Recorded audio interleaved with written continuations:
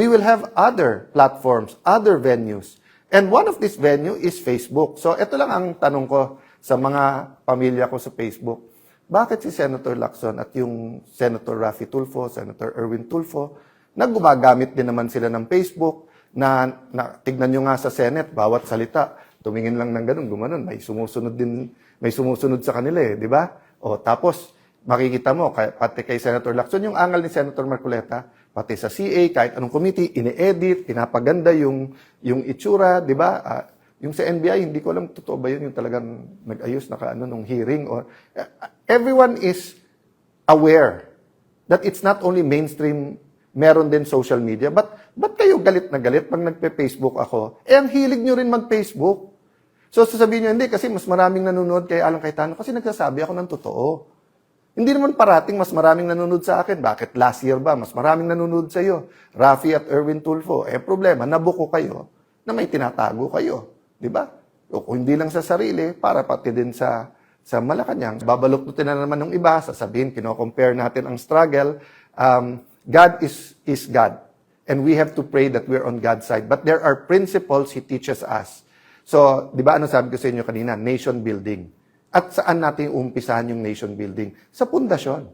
Rule of law. Di ba? Regime of justice and truth. Kung walang justice and truth, yung binibuild po natin para natin nilagyan ng anay.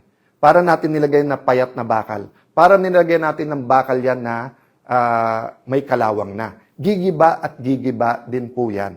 So, ang tinitignan pa lang po natin, 24-25 budget. Yung 26 budget. May nagsasabi ba na napaka-inosente yan? Wala ring mga sinaksak dyan? O going back, 2023 budget. Ang sabi po ng mga ex-Marines, 2022 pa lang, may deliveran na Tapos, hindi lang DPWH yan. Meron din yan po sa farm-to-market roads. Meron din daw sa school buildings. Meron silang binabanggit na noong 22, 23, BIR. So, napakarami po. Alam naman na po natin na may corruption. Again, don't get me wrong. What I'm looking at is the systematical rubbing blind our people in the last few years. No? There are two systemic na pagnanakaw. Di ba? Yung sistema natin sa Pilipinas na may papel ka, kailangan may lagay. Di ba? So, tatlong natin kailangan tignan. Yung una, yung day-to-day corruption, na parang walang mastermind yon. Yung wala kang plaka, hinuli ka, penging 1,000. Yung nahuli ka, walang driver license, penging 1,000. Magpa-file ka ng business permit, 20,000 lang dapat mo bayad, penging 5,000. Diba? So yun, we will deal with that, and we're dealing with that, and citizens are dealing with that, churches are dealing with that, business groups are dealing with that. Pangalawa, yung systemic, yung ganun na sa Pilipinas, yan ang kalakaran. So we have to deal with that through values, through systems. But I'm talking about the systematic and continuing rubbing us blind now and using the last bastion, which is the Senate, not only to be the rubber stamp, but to be their mouthpiece para maraming issue para hindi tayo tumutok dito. So that's the sad thing, that there is an economic crisis. Naghihirap ang ating mga kababayan. So kailangan natin isabay yun, pero hindi natin pwedeng ilihis ang usapan. So in behalf of the senators I represent, in behalf of the people praying for us, in behalf of students, farmers, healthcare workers, OFWs, seafarers, na sinasabing, boss, may pag-asa pa ba ang Pilipinas? Boss, hindi kami nawawalan ng pag-asa. Huwag nyo kaming bossin, kayo boss namin. Ilan politiko na ang dumaan na kayo boss? You do not cover up from your boss. You tell the boss the truth. If you tell your boss lies, he will fire you and even put you in jail. Diba? Pero ngayon po, hindi. So may dalawang boss. Boss ng cover up at saka yung boss ng gustong mag-uncover. Please meditate on that. Handa po tayo. So dati, ang capacity po natin bilang Senate President at mga kasama ko bilang mga chairman ng mga committees, gagamitin natin as a platform yon for the truth. Hindi para usigin or i-persecute ang kahit sino. Iba ang prosecute, iba yung persecute. Hindi po. We were going to use that platform. O nakita natin in less than 40 days, kung paano inuga ang mga pundasyon ng Senado at inuga ang pundasyon ng ating mga institusyon at paano pinunit ang konstitusyon para lang matuloy yung cover-up. Now, we will have other platforms, other venues. And one of this venue is Facebook. So, ito lang ang tanong ko sa mga pamilya ko sa Facebook.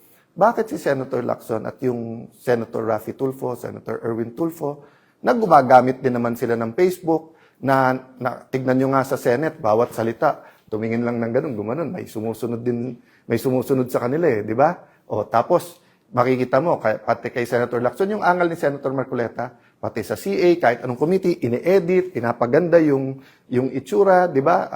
Yung sa NBI, hindi ko alam, totoo ba yun, yung talagang nag-ayos na nung hearing, or everyone is aware that it's not only mainstream, meron din social media, but kayo galit na galit pag nagpe-Facebook ako? Ang hilig nyo rin mag-Facebook. So, sasabihin nyo, hindi, kasi mas maraming nanonood kay Alan Cayetano, kasi nagsasabi ako ng totoo. Hindi naman parating mas maraming nanonood sa akin. Bakit last year ba? Mas maraming nanonood sa iyo. Raffy at Erwin Tulfo. Problema, nabuko kayo na may tinatago kayo. Di ba? O kung hindi lang sa sarili, para pati din sa Malacanang. So, walang perpekto sa atin. But it's time for real change. So, yun ang hinihingi ko mga kababayan. Huwag po tayong susuko. Huwag po tayong manghihina.